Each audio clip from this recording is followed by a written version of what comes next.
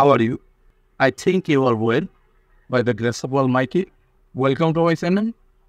আজকের লেসনটা তোমাদের অষ্টম শ্রেণীর নতুন ইংরেজি বইয়ের experience 10.3.5।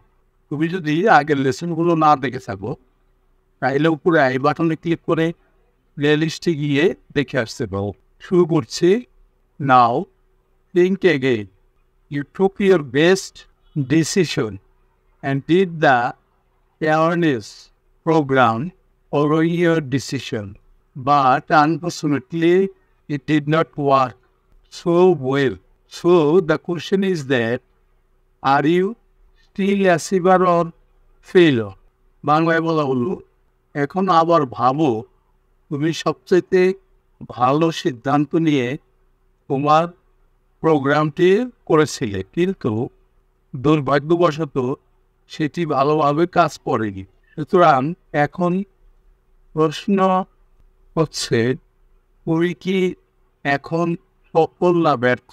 Let's read the poem and find the answer. এবং আমরা কবিতাটি পড়ি এবং উত্তরটা বের করি। ইমিলি ডিকিনসন কবির নাম, যার ছবি আমরা এখন দেখতে পাচ্ছি। তার সম্পর্কে কি বলা হলো?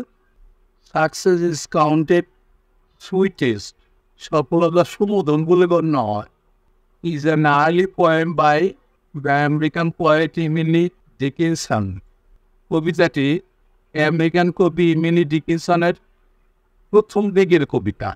The poem has the rare honour of publication during Dickinson's lifetime in 1864, though it was published anonymously.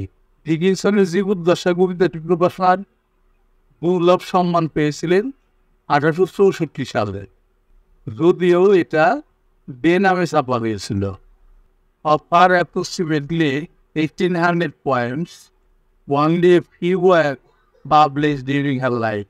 প্রায় 1800 কবিতার মধ্যে তার মাত্র কয়েকটি কবিতা তার জীবদ্দশায় প্রকাশিত হয়েছিল। সাকসেস ইজ কাউন্টেড সুইটেস্ট, সফলতা সমুদন বলে গণ্য হয় বাই ইমিলি ডিকিনসন। ইমিলি ডিকিনসনের লেখা কবিতার নাম। কবিতার আমরা পড়তেছি।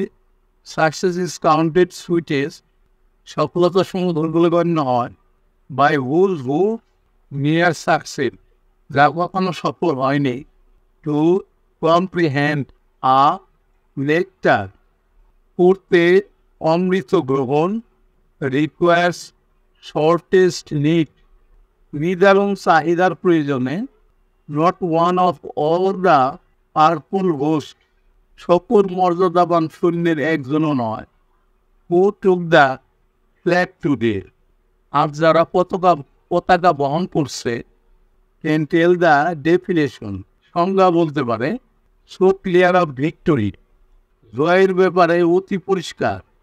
অ্যাজ হি ডিবিটেড ডাইং, যেহেতু পরাজিত সে মৃত্যু। ওয়ান হুজ ফরবিডেন ইয়ার, যা নিষিদ্ধ করণে। দ্য ডিস্ট্যান্ট স্ট্রেস অফ ফ্রাম, দূরের বিজয়ের উল্লাসের প্রসারণ।